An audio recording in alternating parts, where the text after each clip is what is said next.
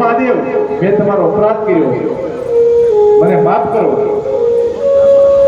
મહાદેવે દક્ષ પ્રજાપતિને માફ કર્યા છે અને દક્ષ પ્રજાપતિને ફરીવાર સજીવન કરવા બકરાનું મસ્તક કાપી અને બકરાનું મસ્તક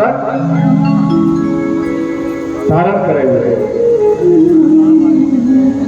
પછી દક્ષ પ્રજાપતિ યજ્ઞમાં બેઠા છે અને મહાદેવ સહિત બધા દેવતાઓ યજ્ઞમાં આવ્યા છે અને યજ્ઞને પરિપૂર્ણ કર્યો.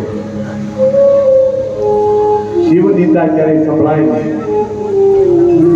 શિવ ની પાછળ શિવની ભક્તિ કરવી તો કરાય. શિવની ભક્તિ કોઈ પણ દેવની કોઈની નિંદા કરાતી આપણે જે સંપ્રદાય પાળતા હોય, આપણે સંપ્રદાય પાળીએ છીએ, કોઈ ધર્મ નથી પાળતા.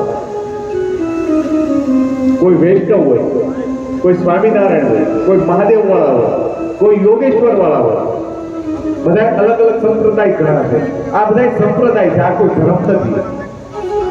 ધર્મ તો પૃથ્વી પર ખાલી ચાર જ છે: હિન્દુ ધર્મ, મુસ્લિમ, શીખ અને ઈસાઈ. આ ચાર જ ધર્મ છે. પણ એક આપણા હિન્દુમાં જે એટલું છે કે એની અંદર સંપ્રદાય જ્યાદા છે, એટલે એકબીજાને આપણે ટાળ્યા જ કહીએ.